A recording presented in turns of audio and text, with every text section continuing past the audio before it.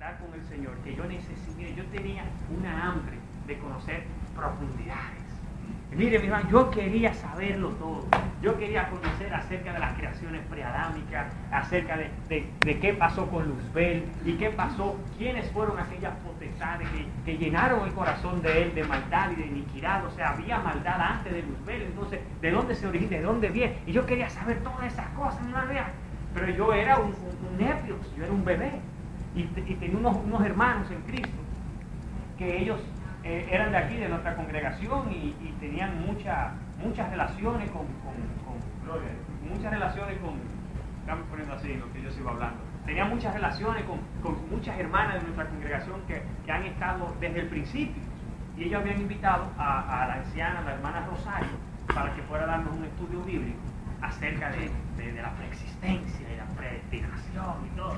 Y llego yo, mis hermanos, a ese estudio, mire, diciendo, aquí voy a comer filete miñón y pollo a la cordon bleu, mi hermano. Yo, mira, con papas fritas, así, un morito de guandú, iba a comer lo bueno. Y llega la hermana. Cuando la hermana abre la puerta, mi hermano, parecía como que humo viento. Y la hermana llega así, wow, qué mística. Y esa hermana cuando se sienta, oramos, una oración profunda. Yo digo, esta noche va a estar bueno. Y la hermana comienza, hoy quiero compartirles un tema, la importancia de tener una vida devocional. Sí, mi hermano dijo eso. Yo como que miro por un lado, miro para otro, yo como que me subo los pantalones, yo hago así, era una anciana, yo voy así, bueno. Y la hermana se da su tema. Mire, mi hermano, el anfitrión de la casa se acostó, en medio del tema, hoy se acostó. Así lo dejó así.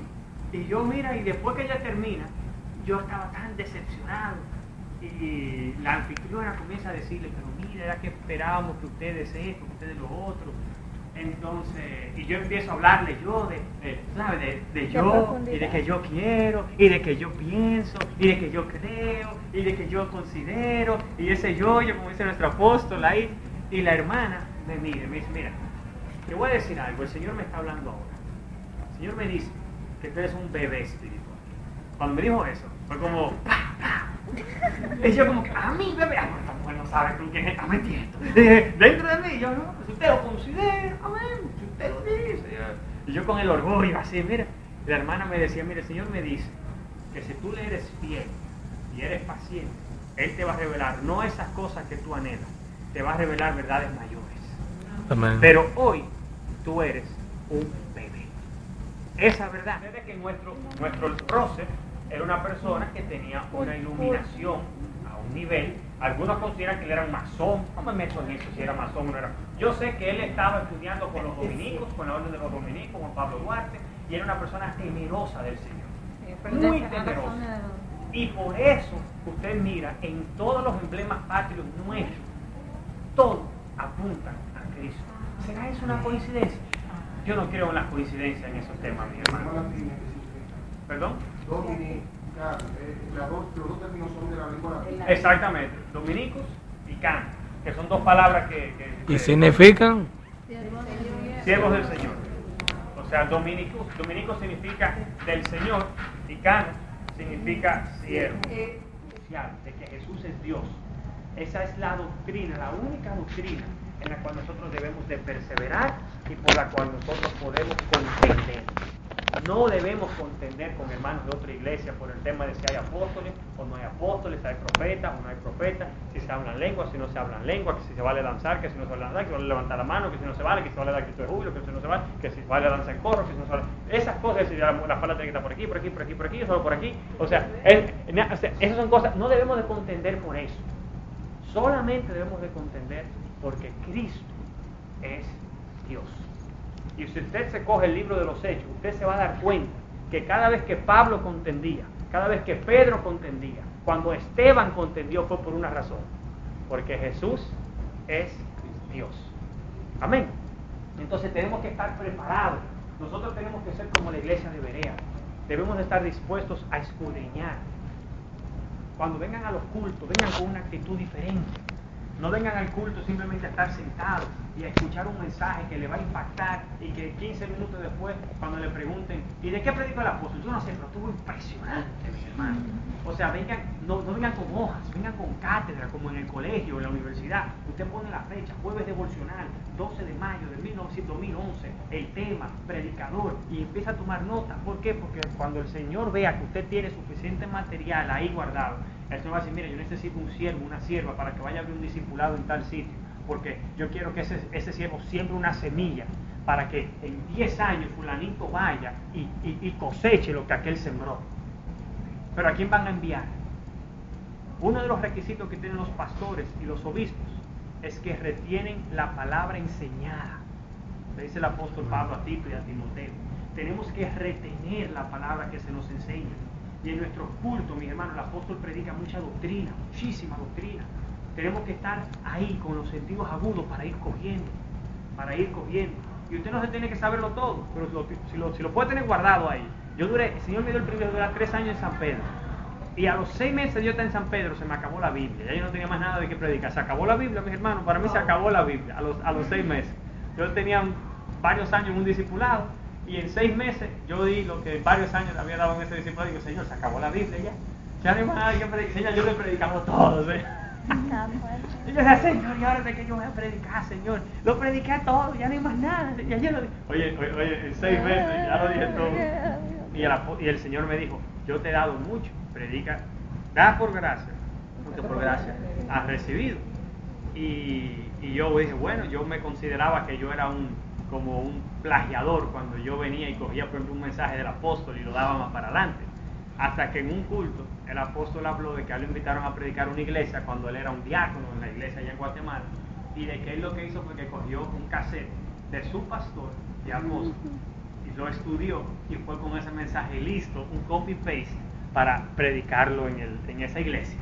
Y dije, pero eso es lo que yo voy a hacer entonces. Aleluya, ya el pastor me autenticó, así que vamos a hacer lo mismo. Y cuando iba a San Pedro y predicaba, los hermanos decían, wow, hermano, pero qué palabra más profunda. Usted tiene unción. Yo tengo 5 cátedras de chivo en mi casa. Yo tengo 5 cátedras de chivo. Nosotros tenemos que meditar en la palabra, mis hermanos, de día y de noche, es una exhortación. Tenemos que estar dispuestos a ir esa milla extra. Y aquí en Efesios, aquí nos habla a nosotros de que hay un espíritu de sabiduría y de revelación. Y nosotros tenemos que pedirle al Señor este espíritu de sabiduría y este espíritu de revelación. Está ahí disponible. Pidámoselo al Señor. Que muchas veces nosotros quisiéramos tener ese espíritu que venga sin sacrificio. No, mis hermanos. A veces la sabiduría te va a costar. La revelación te va a costar. Porque el Señor te va a esconder los tesoros. Y está en ti buscarlos, navegar y buscarlos. Y es hermoso cuando el Señor te comienza a revelar verdades en su palabra, que usted comienza a estructurarlas y a plasmarlas. Y luego el Señor te da la gracia para poder predicarlas. Eso es bellísimo, mis hermanos. Y si usted está aquí hoy, yo les digo, porque yo sé que por fe, aquí van a haber gente que van a salir siendo maestros, pastores, evangelistas, hasta apóstoles, mis hermanos, en nombre de Jesús. Amén. Y miren este pasaje de Lucas 24, que hablamos un poquito de eso ahorita. Esto ya fue después de la resurrección. Y miren que dice el verso 45. Entonces les abrió el entendimiento para que comprendiesen las Escrituras. Miren cómo fue necesario que el Señor le abriera el entendimiento a sus discípulos para que pudieran comprender las Escrituras. Ustedes se acuerdan cuando nació Cristo, que Herodes dijo, llamó a los escribas y los fariseos, díganme ustedes, ¿dónde debía de haber nacido el Mesías? ¿Y qué le dijeron? En Belén de Judá, porque escrito está. Entonces, los escribas y los fariseos, ¿sabían o no sabían dónde tenía que nacer? La pregunta que yo les hago es, ¿y por qué no fueron a adorar? ¿Por qué no fueron a adorar? Claro. Porque tú puedes, mire mi hermano, usted puede saberse etapa a etapa las palabras de vida eterna y no tener la vida eterna en su corazón. Más importante que la letra es el espíritu de la letra. Por eso nosotros, mis hermanos, cada día más tenemos que pedirle al Señor que hasta lo que preguntemos, hasta lo que digamos, tenga la premisa del espíritu del Señor. Y el Señor no tiene amor, Él es amor. Amén. Toda la doctrina que viene del Señor, primero se tiene que ver desde el Antiguo hasta el Nuevo Testamento, pero también tiene que revelar el carácter de nuestro Señor. Tiene que mostrar a Dios como un juez justo y verdadero, que no tiene por inocente al culpable ni por culpable al inocente. A un Dios que es misericordioso, a un Dios que es un Padre de amor. Nosotros tenemos que ver toda la naturaleza de Dios en su doctrina, hasta en los juicios de Dios. Nosotros vemos hasta su amor y su fidelidad. ¿Usted se imagina que Dios fuera ese? Que Dios te da oportunidad y te da oportunidad de que te arrepientas, pero tú por endurecer tu corazón optaste por no recibir al Señor. Que Dios tan malo que Él te obligue a que lo ames, que Él te obligue a que te saltas con los correos electrónicos de todos para entregárselo a Él. Para darle las gracias a Sayonara porque durante 8 módulos de verdad que ha recibido como la mamá de todos nosotros. Amén, amén. Y la recompensa sabemos que viene del cielo. Amén. Amén. La recompensa está en el cielo. Hay que reconocérselo porque wow. Amén. Gloria a Dios. Y para el Señor lo hiciste, el Señor vendrá la recompensa. Amén. Ahora vamos a ver que el hermano acumule su recompensa también. O su castigo. No, pues entonces hay que pasar una lista para que por favor apunten sus datos. O el hermano le da el correo. Ya, comenzamos la lista. Sí, aquí comienzan la lista, ponen su correo, entonces el hermano... La lista está, lo que hay que agregarle a las personas... Bueno, hagan la lista ahora. Sí, está bien. Aquellos que no tengan... Perfecto. Está bien, ya. Excelente. Entonces, aquellos que no tengan correo electrónico, le dan los datos del teléfono para que el secretario lo tenga, para que cualquier cosa con él se comuniquen. Amén. ¿De deficiencia? Entonces, vamos a comenzar rápidamente nada más para agotar este primer tema. Cuando hablamos de la palabra escatología, estamos hablando... ¿Tu apellido es Índice? Bello. Bello. Entonces, cuando hablamos... Señor, ¿cuál es su teléfono, por favor? El secretario, toda la comunicación que vayan a tener con el secretario. Amén. Okay. Para así cualquier cosa, ya todo viene filtrado y así él me manda las cosas por correo y queda el récord. Amén. Entonces, cuando hablamos de la palabra escatología, vemos que es una palabra compuesta de dos palabras griegas, que son escatos y logía. Eventos del último tiempo, estudio, logía, ciencia o tratado. Entonces, la escatología es la ciencia que estudia los últimos tiempos, en pocas palabras. Amén. Entonces, eso es lo que es la escatología. Y muchas veces cuando nosotros pensamos en el Apocalipsis, la gente cuando salen principalmente de la iglesia tradicional, la iglesia de los gorritos y los colores escarlatas y púrpura, por lo general tienen temor y pavor al Apocalipsis. Creen que el Apocalipsis es un libro de juicio, que es un libro de terror, de condenación. Sin embargo, desde el primer momento, el Apocalipsis comienza diciendo que el Apocalipsis revela a nuestro Señor Jesucristo. Entonces, mis hermanos, el Apocalipsis no es para infundir temor. El Apocalipsis es para mostrarnos quién es realmente nuestro Dios. Ustedes saben que Jesús, cada vez que ha tenido una incursión, vamos a decir el verbo, tiene diferentes nombres. En un momento fue el verbo. Amén. En un momento se manifestó como la roca espiritual que le dio de beber agua a Israel. En otro momento se manifestaba como el ángel de Jehová. En un momento fue Emmanuel, Dios con nosotros. Pero en un momento se encarnó, habitó y fue el Salvador, fue Jesús. Pero en otro momento es el Cordero de Dios. Y en otro momento tiene el nombre fiel y verdadero. Y en otro momento, mis hermanos, Él le dice que a la iglesia vencedora les dará una piedrecita con el nuevo nombre de Él. Señores, qué gran galardón sería. Imagínense cuando el Señor le dijo a Moisés, a Abraham, a Isaac y a Jacob, me les di a conocer como el Jehová omnipotente, pero a ti te di a conocer por mi nombre, yo soy. Mis hermanos, eso es grande, eso es tremendo. ¿Cuál será el nuevo nombre que nos revelará el Señor a su novia, a su iglesia, aquellos que seamos parte de la iglesia más que vencedora? No sé cuál, pero cuando el Señor revelaba un nombre, era para que tú fueras con la autoridad de Jehová a ejecutar lo que el nombre decía. Amén. Amén. Entonces, y miren Apocalipsis 19:10, establece que el testimonio de Jesús es el espíritu de la profecía. Por lo tanto, todo el Apocalipsis, toda la Biblia, lo que busca revelar es al Señor Jesucristo. El Apocalipsis lo que persigue es revelar a Jesús. El espíritu de la letra del Apocalipsis es que veamos que Jesús es Rey de Reyes y Señor de Señores y que va a gobernar por los siglos de los siglos. Amén. Entonces, bueno, ya esto lo vimos, escatología es la ciencia que estudia los eventos de los últimos tiempos. Se le conoce como la doctrina de las cosas del futuro y del destino de la humanidad. Cualquier definición que usted encuentre de escatología en cualquier diccionario bíblico está más que bien acertada. Amén. Muchas son más elaboradas que otras. La definición que usted busque está perfecta. Amén. Lo importante es que sepamos que cuando hablamos de escatología, obviamente, nos estamos refiriendo a los últimos tiempos. Hay una escatología, mis hermanos, de los últimos tiempos de la iglesia. Pero hay una escatología también. En la Biblia vemos que hay hasta escatología con los hijos. En un momento Jacob comenzó a proferir un juicio escatológico contra sus 12 hijos. No sé si se acuerdan.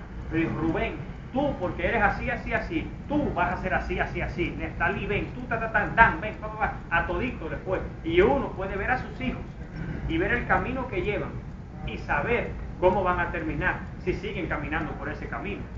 Y el que es padre y es objetivo lo sabe. Porque si usted ve que su hijo tiene 6, 7 años y no le gusta dar un golpe ni de carácter, hermano, usted sabe que hay cosas que ya hay que comenzar a orar, hay que comenzar a prestar atención. Deporte, usted tiene que levantarse, usted tiene que levantarse temprano, lo vamos a ver. Y si tiene otros, vamos a decir, otros talentos que Dios le dio, pues canalizarlo. Amén. Porque no todos los niños son iguales. Si usted mira a Jacob y a Esaú, óigame, si lo analizamos desde la perspectiva de un hombre del siglo XXI, es un poquito fuerte. Usted mira a Esaú, un hombre con pelo en el pecho, un hombre cazador, hijo de su padre. Se ve a Jacob lampiño, le gustaba la cocina, no le gustaba salir a cazar porque se ensuciaba, el niñito de su mami. Mire, cualquiera, yo escuché a un pastor en Estados Unidos una vez de una iglesia cristiana de homosexuales que hablaba de que Jacob parecía que tenía que era de los de ellos. Yo me dije: reprenda al diablo en el nombre de Jesús. Wow. Y lo sacaban por esas cosas, porque usted puede hacer. Y lo que sucede es que un niño le puede gustar ensuciarse, bregar con mecánica, y otro niño quizás le gusta otra cosa. Y eso no quiere decir que porque sea diferente necesariamente tiene que ser.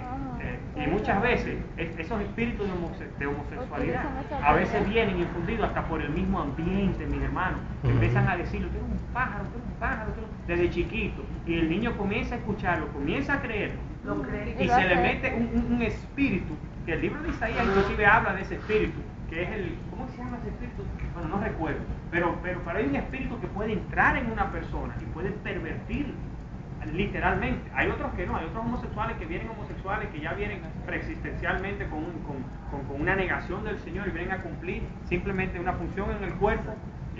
Perdón, eso ya son cizañas. Pero ya eso es otro tema. Lo que quiero decirles es que no hay, la Biblia dice en Proverbios que no hay maldición sin causa. Todo tiene un origen. Así y el origen muchas veces ni siquiera es aquí, a veces es ancestral. Y ya ustedes lo saben. Amén. Entonces, hay personas que dicen que hablar de escatología no es algo bíblico, porque la Biblia en ningún momento habla de escatología como escatología. Sin embargo, vamos a ver que no es así. Lo que pasa es que la Biblia no te dice escatología como dos palabras compuestas, te utiliza escato. Escato es una palabra que sí aparece en la Biblia, que se refiere a los últimos tiempos. Y voy a ir rapidito, no vamos a leer todos estos pasajes, usted simplemente anota el pasaje para que vea que la Biblia sí habla de escato. Por ejemplo, en Marcos 12, del 1 al 6, aquí nos habla de la parábola de que el hombre plantó una viña, vallado, la agarró y fijó una torre, la arrendó unos labradores y se fue lejos, y a su tiempo envió un siervo a los labradores, etc. Y cuando habla aquí abajo, por último, teniendo a un hijo suyo amado, lo envió también a ellos diciendo: tendrán respeto de mi hijo. Ustedes conocen esa parábola. Pero aquí la palabra último que utiliza en el versículo 6, en el original griego, es la palabra escatos. O sea que eso evidencia que la palabra escatos sí aparece en la Biblia. Aquí en Lucas, por ejemplo, cuando te habla de que una persona cuando se limpia y luego anda por lugares, luego ese espíritu inmundo que salió va por lugares secos y busca 7 peores, y el postrer estado de aquel hombre viene a ser peor que el primero. Esa palabra postrer es la palabra escatos. Amén. Y esto es una verdad espiritual muy profunda, mis hermanos. Ustedes saben que hay veces que uno va a ministrar liberación en la vida de una persona, y porque una persona endemoniada, y el demonio no sale. Y un día al apóstol le hicieron la pregunta, ¿y por qué no sale? Si hemos ayunado, si hemos orado, ¿por qué no sale? Y él dijo, ¿saben por qué? Muchas veces por la misericordia de Dios. Todo el mundo se quedó como, por la misericordia, pero si está endemoniado, ¿cómo que es la misericordia de Dios que él no sea libre?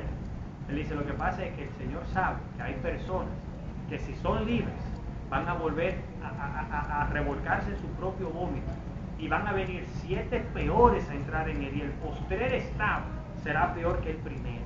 Entonces, por misericordia, el Señor permite que esa persona no sea libre. Miren, mis hermanos, es que todo lo que el Señor hace es por misericordia. Y el ángulo que nosotros siempre debemos de enfocarnos cuando vamos a tratar de entender el carácter de Dios es por el ángulo de la misericordia, por el ángulo del amor. Todo. Fíjense que hasta por amor a los escogidos, el Señor acorta los días al final de los tiempos. ¿Qué es lo que mueve al Señor? Es el amor. En Juan 137, el último y gran día de la fiesta, Jesús se puso en pie y alzó la voz diciendo, si alguno tiene sed de mí, tiene sed, venga a mí y beba. Esa también es la palabra escape. Es solamente para que ustedes vean que esta palabra sí aparece en la Biblia. Entonces, la escatología trata del final de los tiempos kairos. La Biblia nos habla de 2 tiempos, tiempos kairos y tiempos cronos. El tiempo cronos es el tiempo cronológico. La 1, las 2, las 3, las 4, las 5, etc. Es el tiempo cronológico. Pero Dios no se mueve en un tiempo cronológico. Para el Señor un día es como 1000 años, 1000 años como un día. Entonces Dios se mueve por dispensaciones, por periodos. Debemos de buscar al Señor mientras Él puede ser hallado, mientras Él deja ser hallado. Entonces hay un tiempo para buscar al Señor. Señor, ¿hasta cuántas veces perdonaremos al hermano? Hasta 70 veces 7. Hay personas, mis hermanos, que ya se le ha predicado el Evangelio 70 veces 7 y no se han arrepentido. Y el Señor entonces los entrega, dice Romano, a una mente reprimida, una mente perversa. ¿Cuántos son 70 veces 7? Es una medida, yo no sé cuánto es, quizá en mi vida esa medida es una vez, quizá en la vida suya son 800 millones de veces, yo no sé. Todo eso va a depender, mis hermanos, de decisiones que usted tomó en la eternidad. Todo eso. Porque el hermano Mardón nació en Irán, en un país, mis hermanos, cerrado y apático al Evangelio, donde tú no puedes predicar donde tú quieras, donde si te encuentran con una Biblia te echan en la cárcel. ¿Por qué el hermano Mardón nació allá? ¿Y por qué usted nació en un país donde si usted quiere predicar nada más tiene que salir y decir, ay Dios mío, cuánto calor hace? Sí, Dios mío, hace mucho calor. Mira que el calor Dios lo permite por amor. Mira, Dios, y le puede predicar que usted quiera y nadie le dice nada. Todo el mundo aquí se convierte sin mucho problema. ¿Será porque Mardón era peor que usted mejor que Mardón, o Mardón mejor que usted? ¿Será por eso? No, mis hermanos. Es que hay decisiones eternas que usted tomó que lo insertaron en una genealogía. Amén. Por eso Mardón está aquí hoy. Amén, aleluya. Y sabemos que Mardón y su hermana han sido instrumentos de bendición, van a ser instrumentos de bendición para muchos de sus nacionales. Gloria a Dios. Sabemos, mis hermanos. Pero sabemos también que muchas personas de aquí van a ser instrumentos de bendición porque se van a llenar del Espíritu Santo. El Señor va a decir, usted se va a ir a una nación ahora que es fría, que es apática, y tú vas a mostrar el amor mío, el amor que tú has vivido, para que cambie, para que seas un instrumento que va a cambiar corazones de piedra por corazones de carne. Amén. Y yo no sé si usted ya el Señor le ha puesto un sentir por una, ya el Señor me puso un sentir por una nación, y yo oro por esa nación y bendigo esa nación. Y yo en el tiempo del Señor, yo por fe creo que iré para allá y que anunciaré el Evangelio, y si Dios me permite quizás hasta pastorear en esa nación, y gloria a Dios. Quizás es un deseo de mi carne, no sé, el tiempo lo dirá. Amén. Amén. Porque hay que tratar de no salirse del tiempo de Dios.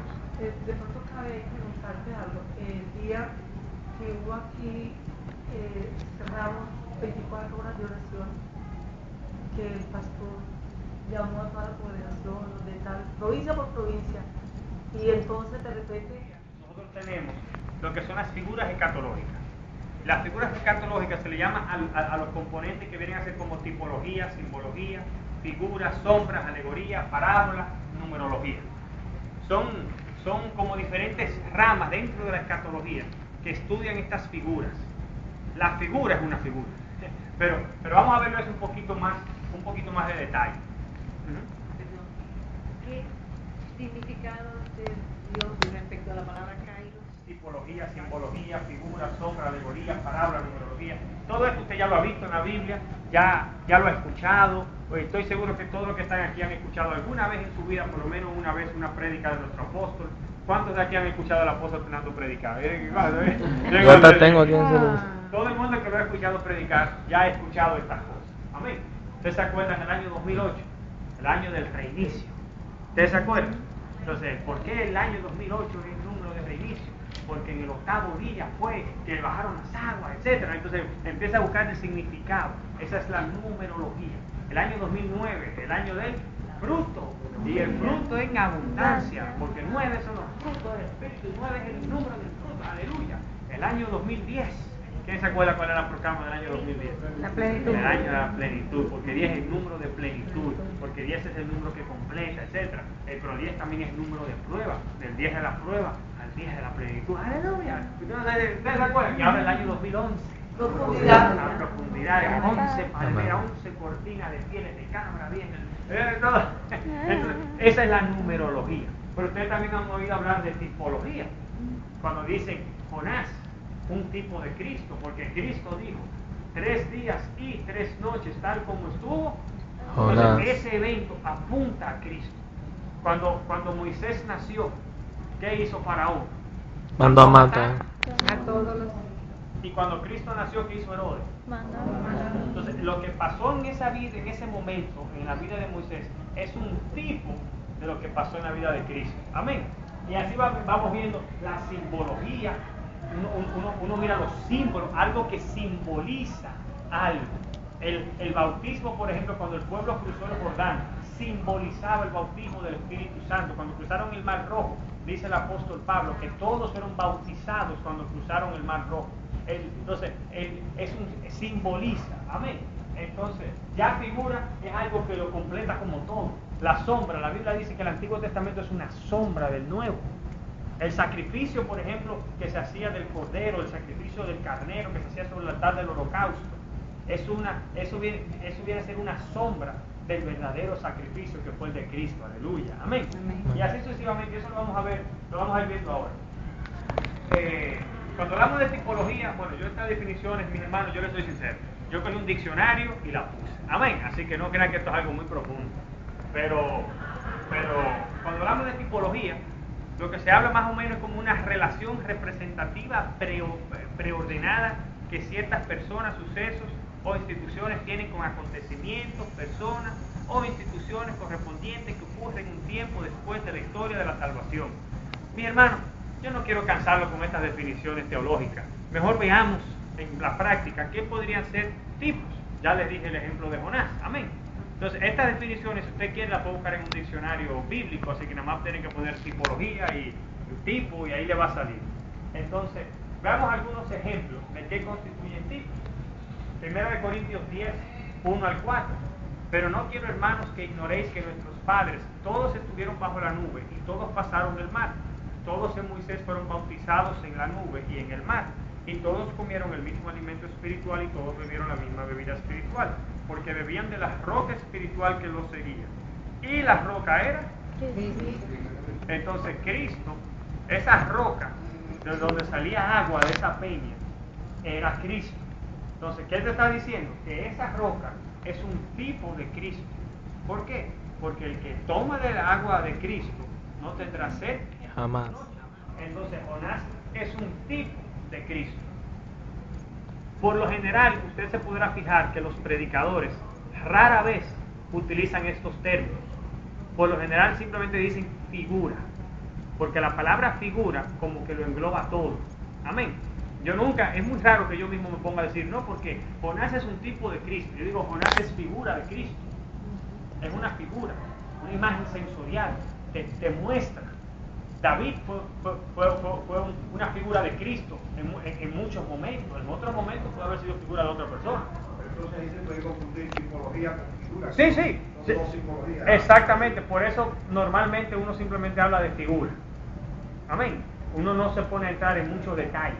Por ejemplo, cuando veamos ahorita una pequeñita tarea que le voy a poner, si usted quiere ser muy específico y poner esto es numerología, esto es tipología, esto es sombra, amén, gloria a Dios. Pero si usted simplemente me pone esto es figura, amén, esa está tan buena como el que me pone la otra, amén. Porque lo importante no es que usted sepa identificar el término teológico, lo importante es que usted sepa que eso existe, que hay figuras, amén. Eso es lo importante, porque eso es lo único que le va a importar a usted, porque cuando usted está haciendo un estudio bíblico, le salten esas figuras. Es como por ejemplo cuando el Señor habla de que cuando los hombres se durmieron, vino el enemigo y sembró cizaña. Eso es lo que dice el Nuevo. Entonces, el Nuevo tú lees la verdad, pero en el Antiguo tú la miras. En el Antiguo tú ves a dos rameras que se durmieron, una se acostó sobre su hijo y la otra se durmió, ¿y qué hizo la otra? No solo se lo robó, lo sustituyó. Entonces cuando el enemigo se duerme, siembra cizaña. Entonces eso te muestra a ti lo que sucede cuando uno como padre se puede dormir. Podemos dormirnos encima de nuestros hijos y lo estrujamos, lo apretamos, lo asfixiamos, lo matamos, hasta el punto que miren que lo matamos espiritualmente. Y luego viene el otro tipo de padre, que el enemigo, que quizá uno como padre no lo mató, pero el enemigo les robó su identidad. Y de repente el papá ve a su niño con 13, 14 años y dice, ¿y qué le pasó a este bebecito tan tierno y amado?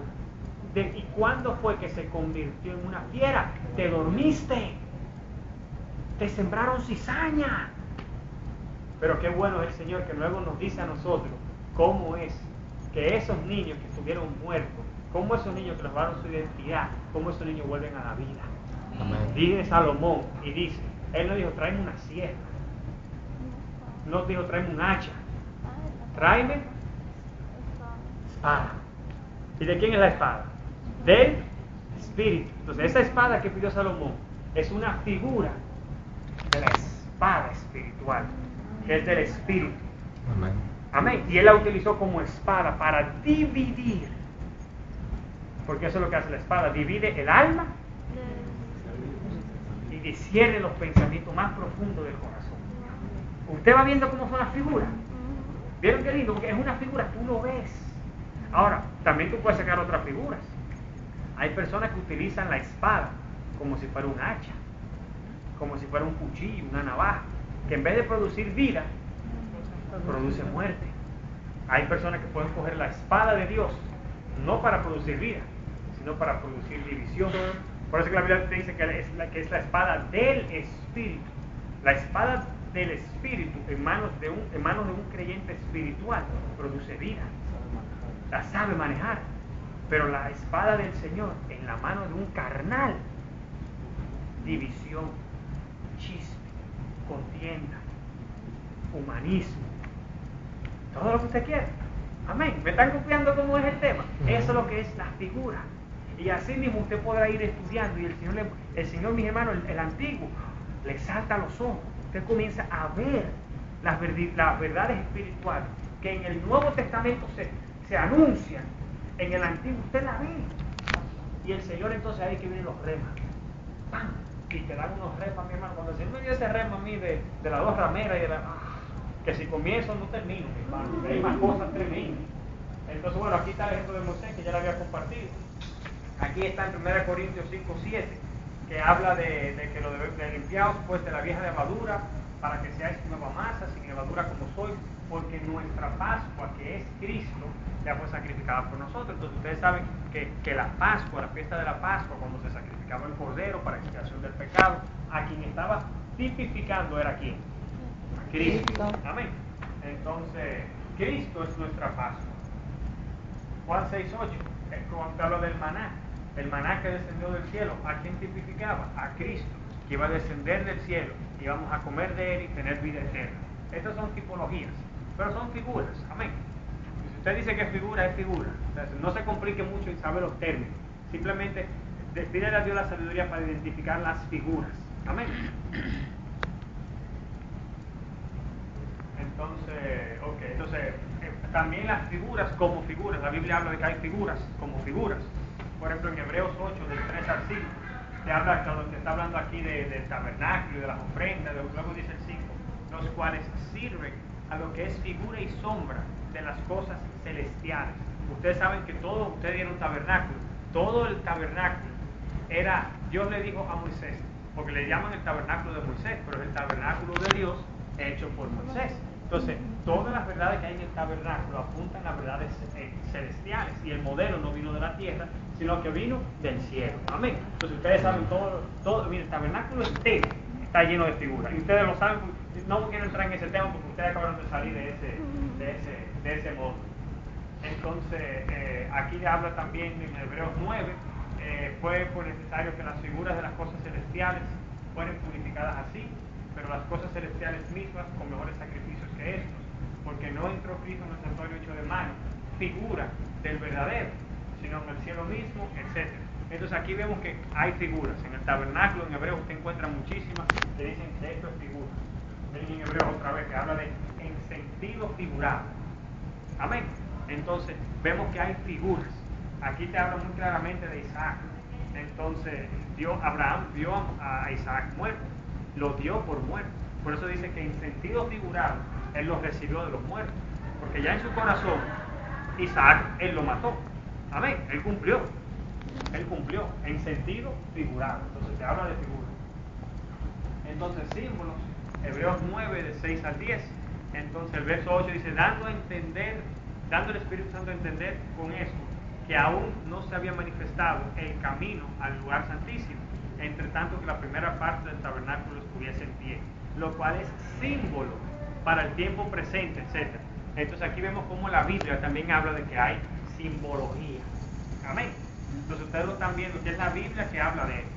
Por lo general hay dos posiciones hermenéuticas. Hay una conservadora, que a mí no me gusta para nada, que te dice que la única figura escatológica que tú puedes utilizar es aquella que expresamente la Biblia dice que es una figura, o una sombra, o una alegoría, etc. Pero más de ahí no te la puedes inventar.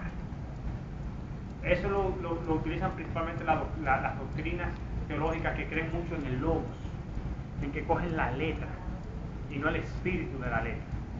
Por eso en muchas iglesias de ciertas denominaciones no utilizan ejemplos usted va, por ejemplo, a una iglesia bautista tradicional y de lo que se te enseña es siempre del Nuevo Testamento. El Antiguo Testamento es simplemente un pasado histórico del pueblo de Israel. Amén. Pero no te enseñan esas verdades espirituales que hay encerradas en el Antiguo Testamento. Solamente se predican del Nuevo. No todas, porque no todas las iglesias bautistas son iguales. Hay 800,000 tipos de iglesias bautistas.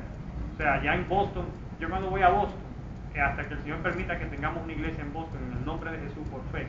Cuando voy a Boston yo voy a una iglesia bautista que cree en los dones del Espíritu Santo, cree en el ministerio apostólico, cree en profecía, cree en la danza. Entonces yo digo, los bautistas ustedes nada más tienen que el logo de bautista, ¿no? Y el pastor es dominicano y empezamos a hablar y cuando hablamos vemos que creemos prácticamente todo igual.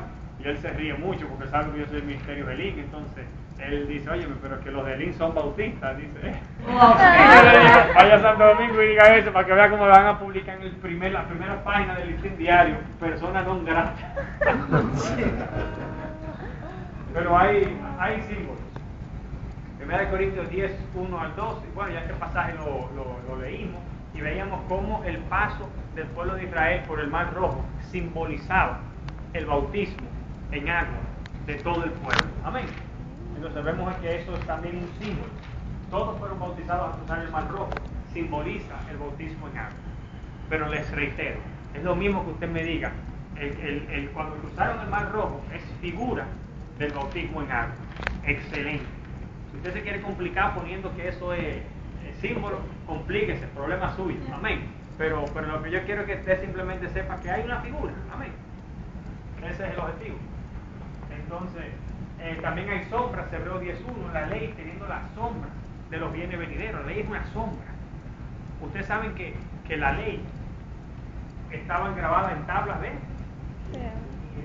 Pero la promesa en el nuevo pacto es que no iban a estar en tablas de piedra, no en el corazón. La ley, ¿ustedes saben cuál era el propósito de la ley? Dice Romanos que el propósito de la ley no era que el ser humano tuviese un camino de salvación. Sí, no Dios no es mostrado. loco. Dios sabía que era imposible que una persona pudiese ser salva por la ley. El propósito de la ley no era dar un camino de salvación, era evidenciar El pecado. el pecado. Entonces, es como los abogados decimos, no puede haber una sanción si no hay una ley previa. Tú no me puedes decir a mí que tú me vas a meter preso por yo sentarme en esa silla si no hay una ley que dice que el que se sienta en esa silla va preso. Tú tienes que primero hacer la ley y después, si me siento ahí, usted me tranca. Entonces lo mismo sucedía con el tema de la ley. Cuando Dios da la ley es para que nosotros veamos cuánta iniquidad hay en nuestro ser.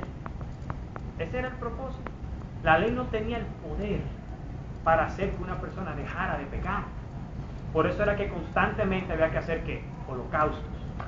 Si la ley perfeccionara a alguien, ¿hubiese cesado los holocaustos?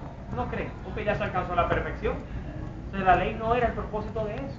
La ley era como, por ejemplo, usted ponga un letrero aquí que dice no fume. Pero yo le pregunto, ¿alguien adicto a la nicotina? Porque vea un letrero que diga no fume, ¿deja de fumar? No, de más. No deja de fumar, eso a veces te provoca. Lo estimula más. Entonces, la ley no te daba la opción para tú dejar de fumar. Pero el nuevo pacto, Dios te dice que hay un trono de gracia. Y gracia, mis hermanos, no es solamente el favor inmerecido. Porque Hebreos te dice que nos acerquemos al trono de la gracia. ¿Para qué? Para alcanzar oportuno socorro. Y oportuno. Sí. Entonces, ¿cuál es ese oportuno socorro? Señor, necesito tu gracia para dejar. Señor, necesito tu gracia para dejar de ver a la hermanita aquella que viene vestida de iglesia de una forma que no es honrosa. Como una hermanita una vez que entró aquí a la iglesia, que tenía que tener como unos 22, 23 años, un culto un domingo en la mañana. Y yo decía que tenía una unción de oración, porque la hermana vino con un vestido rojo, despampanante, que parecía que iba para la discoteca. Y mis hermanos estaban ahí, un grupo de ancianos sentados en esa área de ahí, de gracia. Ahí hay, ¿saben lo que hay en la gracia? Capacitación divina para no pecar. Amén. La gracia, mi hermano, es el favor inmerecido de Dios, pero la gracia también es la capacitación divina que viene del trono de la gracia para que tú no peques. En el Antiguo Testamento, el Espíritu Santo no moraba dentro de ti. Tú no tenías la gracia para no pecar. En el Nuevo Testamento, ¿dónde mora el Espíritu Santo? Dentro, en ti. Entonces, tú tienes morando dentro de ti aquel que te recuerda que lo que tú estás a punto de mirar por el internet no le agrada a Papá Dios. Pero tú sabes cuál es el problema, que nosotros los cristianos, en ese momento, cuando se nos hace la pregunta que Pilato le hizo al pueblo, ¿a quién queréis que os suelte? ¿A Cristo o a Barrabás, que significa hijo de vergüenza? Esa pregunta nos la hacen a nosotros los cristianos. ¿Saben qué nos la hace el Espíritu Santo? ¿A quién tú vas a soltar? ¿A Cristo o a Barrabás? Y nosotros le decimos al Espíritu Santo, déjame un segundo con mi carne. Déjame dar la pausa a mi cristianismo. Yo sé que tú estás ahí. Yo sé que tú me estás redarguyendo. Yo sé que tú me estás insistiendo. Pero déjame a mí deleitarme en mi carne. Déjame yo satisfacer ese deseo carnal, anímico que hay en mí. ¿Qué sucede después de eso?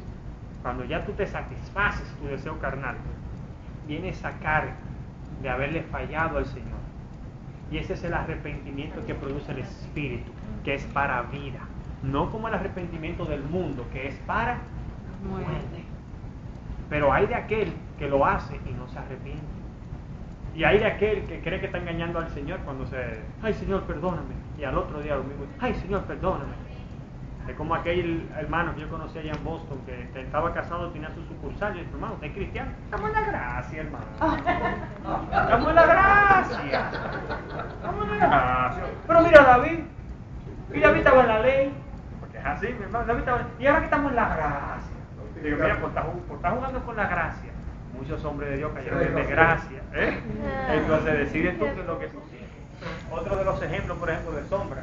En adelante se hablan de las ofrendas por el pecado, de las ofrendas expiatorias. Ustedes se acuerdan que por este pecado usted va a tomar un palomino, le quita la cabeza, le quita la pluma, le quita el pellejo, lo echa en el altar, etc.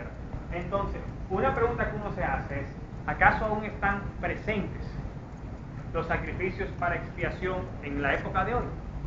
Si alguien le preguntara eso a ustedes, ¿qué digan ustedes? ¿Sí o no? ¿Verdad que no están presentes? No están presentes. Pero yo quiero que ustedes sepan que aún hay sacrificios en el Nuevo Testamento. Sí. Lo que pasa es que el sacrificio de antes era físico Ajá. y el de ahora es espiritual. Sacrificio de alabanza.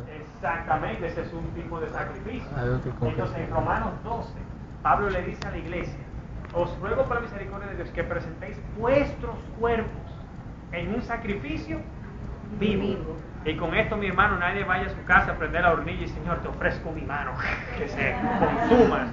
No lo reprenda en el nombre de Jesús, ¿no? Pero es un sacrificio espiritual. Y dice Romanos 12, que ese es nuestro, Romanos 12:1, que ese es nuestro culto Racional. o sea, usted lo tiene que hacer de manera consciente.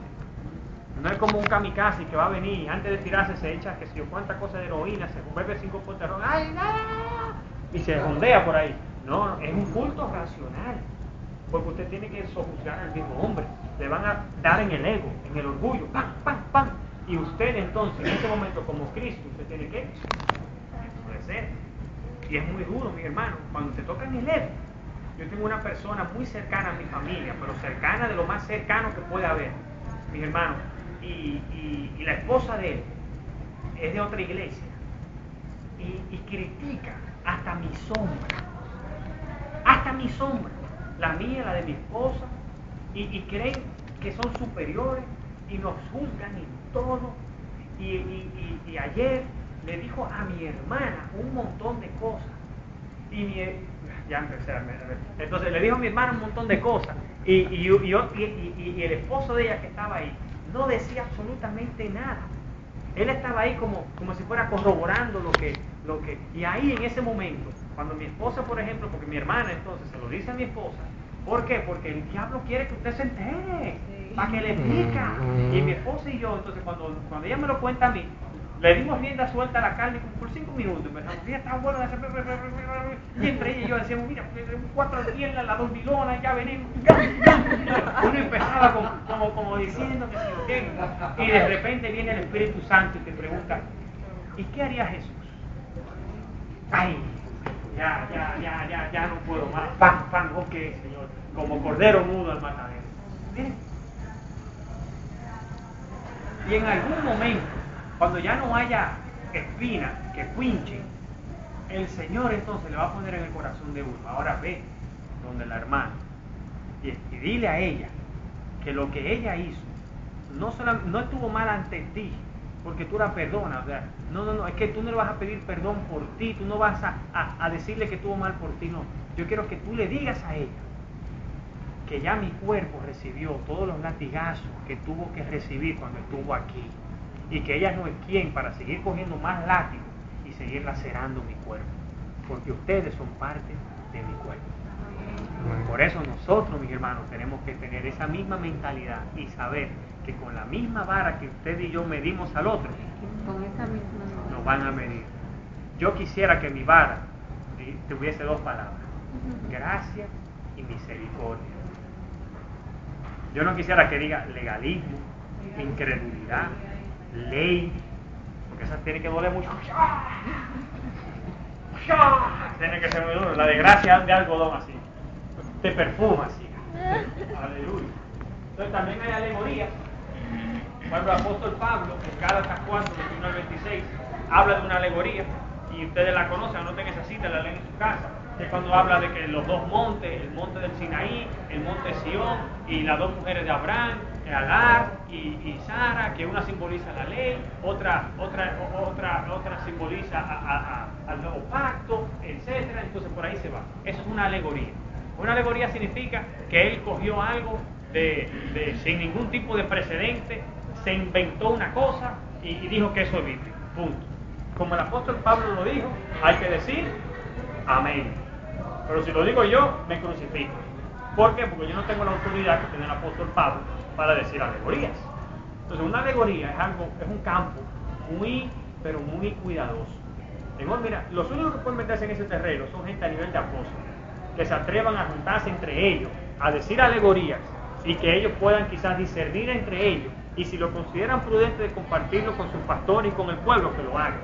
Yo nunca he visto a mi apóstol ahí arriba a predicar de alegorías. Porque las alegorías, y lo vamos a ver en otras clases, como que es como que ¿con qué se come eso? ¿Dónde está la base bíblica? Tú no la encuentras. Pero Pablo muestra que hay alegorías, y si hay alegoría aquí y quedó en la Biblia, es porque hay alegorías. Amén. Porque lo vemos aquí, es una alegoría. Ahora, no nos pongamos a inventar nosotros, hay inventado el apóstol Pablo. Entonces, aquí no hubo ningún método hermenéutico para eso. Por ejemplo, en Juan 3, cuando Jesús dice que Él es ese pan del cielo, refiriéndose al maná, ahí tampoco hubo un método hermenéutico, eso fue una alegoría. Él simplemente dijo, ese maná soy yo. Punto. Si usted se lo quiere creer, lo corre. Y si no se lo quiere creer, no se lo crea. Problema suyo. Pero, ¿quiénes fueron los que dijeron eso? ¿Pablo? ¿Cristo? Amén. Nosotros cuidémonos en inventar. Tratemos de ir a la fuente. Y lo bueno de uno estar en una iglesia cubierta bajo un ministerio quíntuple, mis hermanos, es que la verdad es como que descienden con tanta facilidad. O sea, mi apóstol no es porque sea mi pastor, oye, pero mi apóstol se puede sentar con cualquiera, hablar de cualquier tema de la Biblia. Y mi hermano, cuando el Espíritu Santo se conecta con él, es impresionante cómo la palabra que él dice no es solamente letra. Lo que dice es algo como que te queda como que se la comió. Porque es que literalmente es el Espíritu que te está transmitiendo. Y se sabe la Biblia como yo me sé la ley de derecho de autor, por ejemplo. Se sabe él 20 veces más. Pero, claro, él es nuestro apóstol. Tiene que ser así. Entonces, Entonces, también hay parábolas. Ustedes conocen todas las parábolas. La parábola del sembrador, de las 10 vírgenes, etc. Simplemente son parábolas. Entonces, en numerología, ya ustedes saben que los números tienen que ver que los números revelan verdades bíblicas. Amén. Hay leyes hermenéuticas que ustedes la van a ver más adelante en otros módulos, que es como por ejemplo la ley de la primera mención. La primera vez que aparece una verdad o una palabra en la Biblia, préstele atención, estudie lo que hay alrededor y usted se va a dar cuenta de que como que la espina dorsal de esa verdad está ahí. Por ejemplo, usted quiere hacer un estudio de la adoración, usted tiene que irse al primer evento cuando hubo adoración. ¿Y cuándo fue ese evento?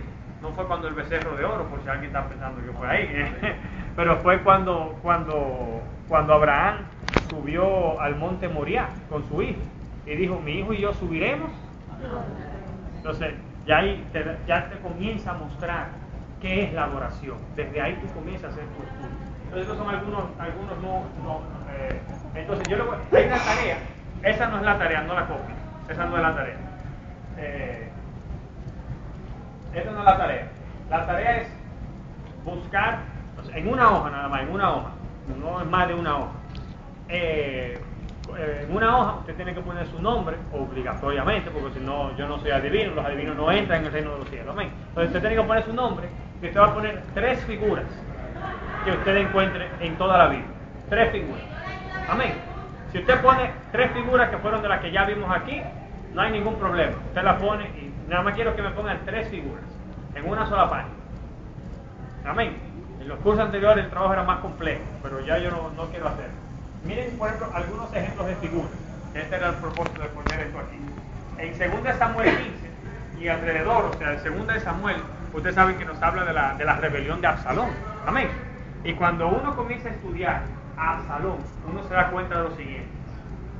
En 2 Samuel 3 y 20, Absalón mató a su hermano Amnón. Ustedes se acuerdan, el que violó a su hermano Tamar. Entonces, él la mató. En 2 Samuel 14, 30, Absalón destruyó el campo de Joab. Ustedes se acuerdan que él estaba en Hebrón y Joab no descendía, y para que Joab descendiera le prendió fuego a su campo. Pero también en 2 Samuel 15 y 16 dice que Absalón se paraba en la entrada de la puerta y le robaba el corazón al pueblo. Entonces veíamos que Absalón mató a su hermano Amnón, destruyó el campo de Joab y robaba el corazón del pueblo. ¡Qué figura! Entonces, ¿de quién es el figura? Satanás. El ladrón a qué vino. Robar, matar y destruir. Entonces, ya usted ve como ya, cuando usted estudia Absalón, ya usted se da cuenta que Absalón no era tan Absaloncito. Amén. Ya usted ve que, y si usted estudia las caídas de Absalón, eso sí que es grueso. Usted sabe que Satanás tiene caídas. Él estuvo en el Edén en el jardín de Dios.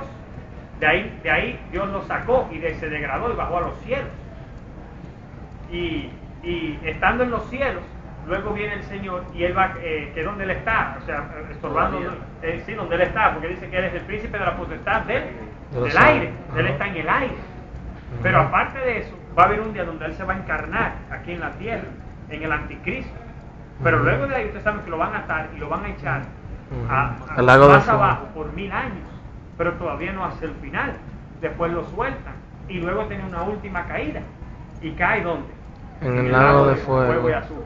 Cuando usted ve a Absalón, David viene y le dice a Joab y a todos: no maten a mi hijo, cójanlo preso, pero no me lo maten. Joab era un hombre que era fiel al rey y mata. Y luego se lo llevan arrastrando y lo echan en un hoyo que hay. Y lo echan en ese abismo y lo tapan con piedra. Oye, tú ves figuras. Tú ves ¿quién fue el que traicionó a David? Aitofel. ¿Y quién era Aitofel? La mano derecha de David, su consejero. Aquí Aitofel, ven, Aitofel era, y lo traicionó. ¿Y cómo terminó Aitofel? Ahorcándose. ¿Y cómo terminó Judas? Usted ve las figuras como se ven, pero ahí hay figuras extraordinarias que si empezamos a verlas, mis hermanos, no terminamos nunca. Así que por eso no. Entonces la próxima semana vamos a hablar acerca del día de Cristo. ¿Para qué día te estás preparando? ¿Para el día del Hijo o el día del Padre? ¿Para cuál día estaban preparando a la iglesia del principio? ¿Si para el día de Cristo o para el día de Jehová? ¿Te quieres preparar a tu gusto o al gusto del rey? ¿Como quién quieres ser? ¿Como la reina Esther o la reina Basta? Vamos a ver las 3 características que tiene que tener la esposa, y habrá una tarea también sumamente enriquecedora.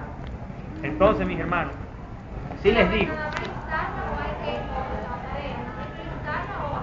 no, hábleme un poquito, porque lo que yo quiero es que usted me hable un poquito, ustedes vieron cómo era, por ejemplo, ese ejemplo de Absalón. Si quieren ponerme ese ejemplo, lo pueden poner también, no se limiten. Y además, cuando ustedes vengan a los cultos, miren, presten atención. Cuando el apóstol diga: esto es figura de qué sé yo qué. ¿Usted me entiende? Capte, mis hermanos, coja, que un día usted va a estar hablando con alguien y cuando usted le dice algo en una figura, el otro se queda como que wow, porque eso te abre las verdades, te las abre. Y si empezamos a hablar de figuras, de David, de Goliat, de todo, mire que todo es una figura. Coja el libro de Jueces y empieza a leer, usted va a ver figuras que se caen para atrás, Génesis, todo es figura. Así que váyanse en bendición, mis hermanos. Nos vemos el próximo